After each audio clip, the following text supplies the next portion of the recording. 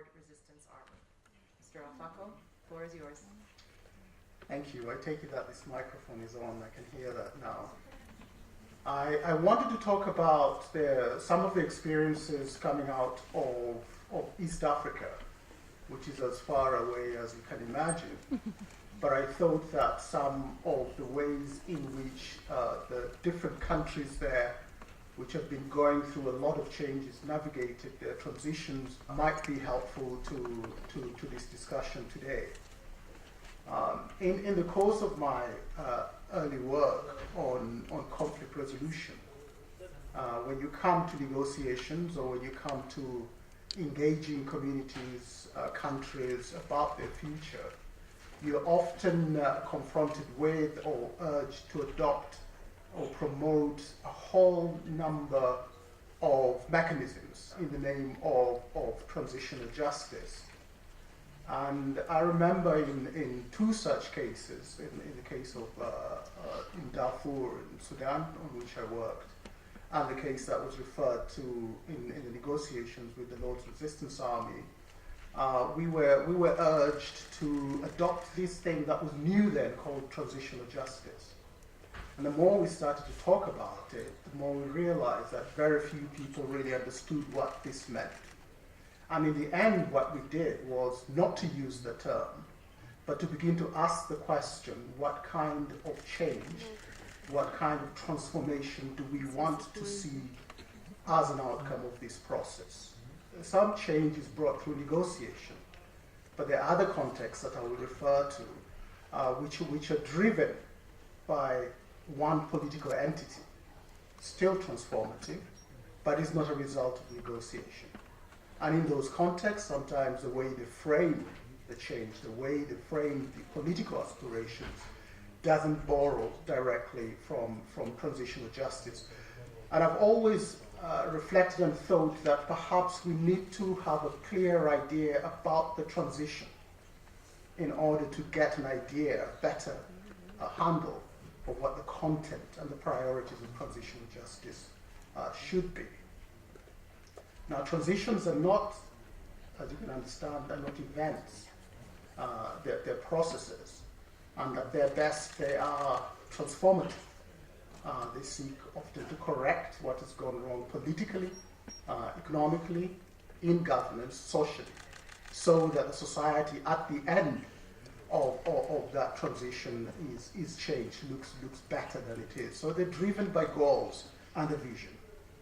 And in the process of championing these types of transitions, it's obviously important to have values. Some of the values are to be found out there in international standards, international texts, but all of these have to be internalized and adapted to each context. So context always shapes the transition.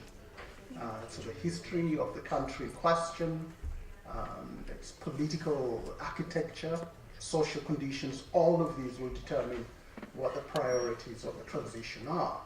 And when we come to the transitional justice element, which we often approach from looking at the mechanisms and tools that have been used, when we come to look at the wide array of choices, we can then be guided by our own understanding of what the transition, the transformation, the transition can attain will be. And the countries of East Africa, they all share certain features of the continent of Africa. It's relatively young politically. Most of the countries are about 50 or so years old, almost all of them coming out of colonialism. New states which bring together various entities and languages and ethnic groups. And so the challenge has always been both state building and nation building. And those twin challenges have often followed the history of these states and led to tensions and led to conflict in the country of my birth, Uganda, dictatorship and repression of various forms. But how did we begin to move beyond these crises occasioned by the failure to manage diversity in the new states? In Uganda, sadly, it was through conflict that successive regimes were ousted. And the question was asked, what happens after a regime has been ousted? The notorious dictator Idi Amin was driven out and died in Saudi Arabia. 2 other governments after that were removed. But in 1986, which is a period of transition I want to talk about, which had some challenges, we thought that this was the beginning of a new leaf in Uganda. And the way that the government then, the new government, approached it wasn't through consensus, because they took power by armed force. But what they did do was to identify certain priorities for transforming the country. And one of the elements was to look at what had gone wrong historically in the country through the violation of rights. It was also to look at how you would strengthen the judiciary to protect those rights, and how you address this perennial issue of scourge of corruption. And they did this both by having a clear political direction themselves, but they also set up a commission of inquiry, which is one of those tools that nowadays is much more in the form of a truth, justice, and reconciliation commission. But at that point, it was merely an inquiry into the human rights violations for the purpose of making recommendations for preventing these in the future. Arising out of that inquiry, we then later had a much stronger constitution, which not only enshrined the rights, but set up bodies that would oversee the enforcement and application of human rights and make governments accountable. I mean, the other element was anti-corruption, which for the first time we then had an ombudsperson, a directorate of governance, which would then enforce a code, a leadership code, by which all those who held office had to declare their assets every year, so you'd know where the wealth is coming from. And it also received complaints, and it dealt with some of the historical allegations and ongoing allegations of corruption. So in the end, the solution was not just political leadership, but also institutional. And you had to make choices as to which institutions you start with. Now, the story of Uganda and the other story is that of Kenya, which also coming out of a similar colonial background, faced a government which for a very long time was corrupt and predatory.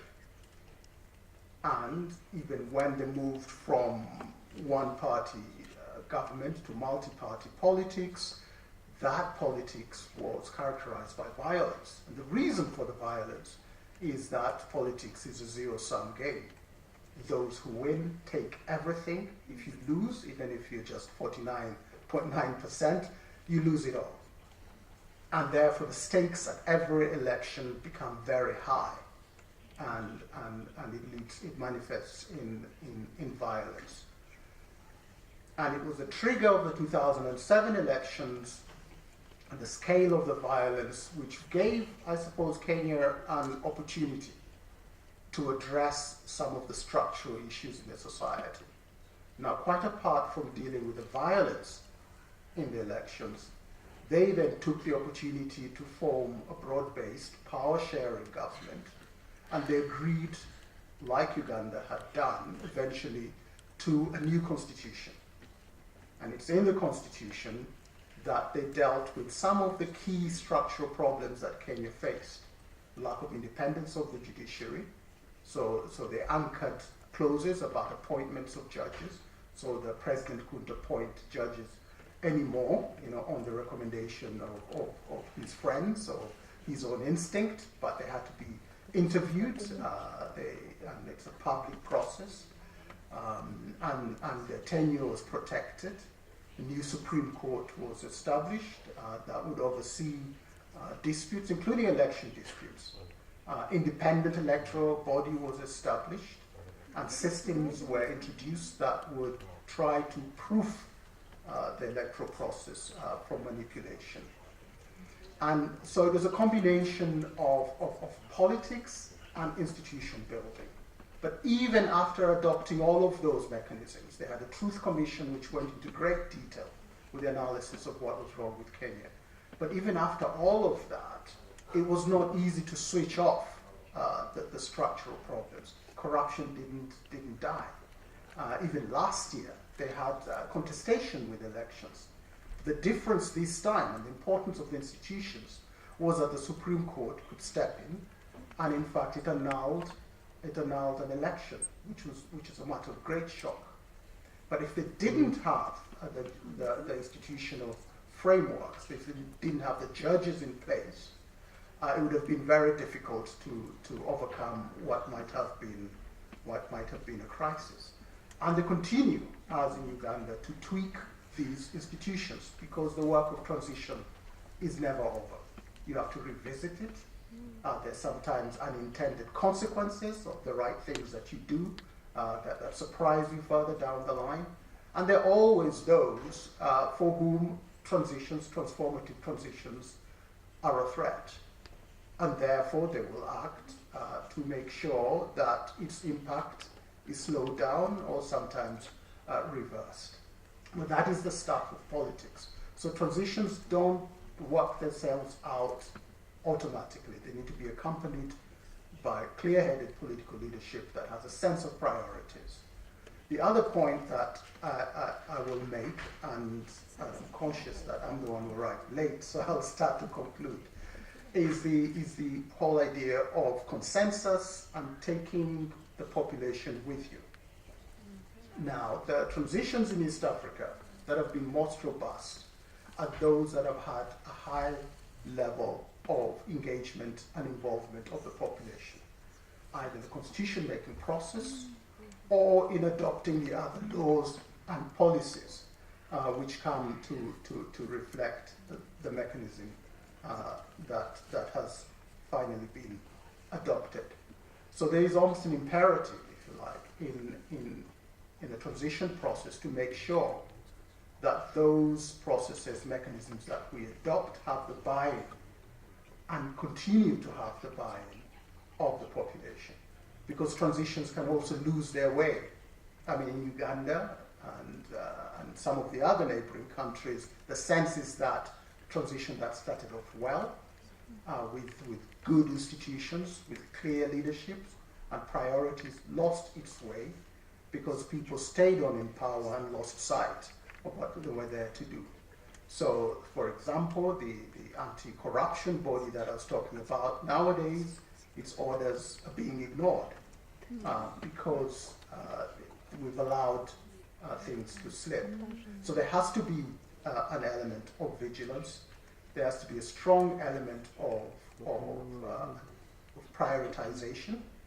You can overstretch yourself by doing everything at once in a transition. Because often the resources are finite, the political resources are finite, material resources, technical resources might not be able to deliver everything at once. So those are some of the lessons coming out of East African transitions.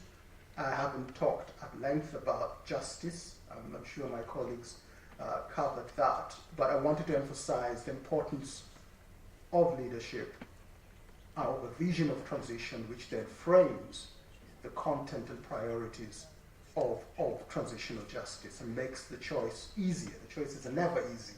Makes them that little bit easier if we're clear about the society we want to see further down the line. I think I'm going to stop here.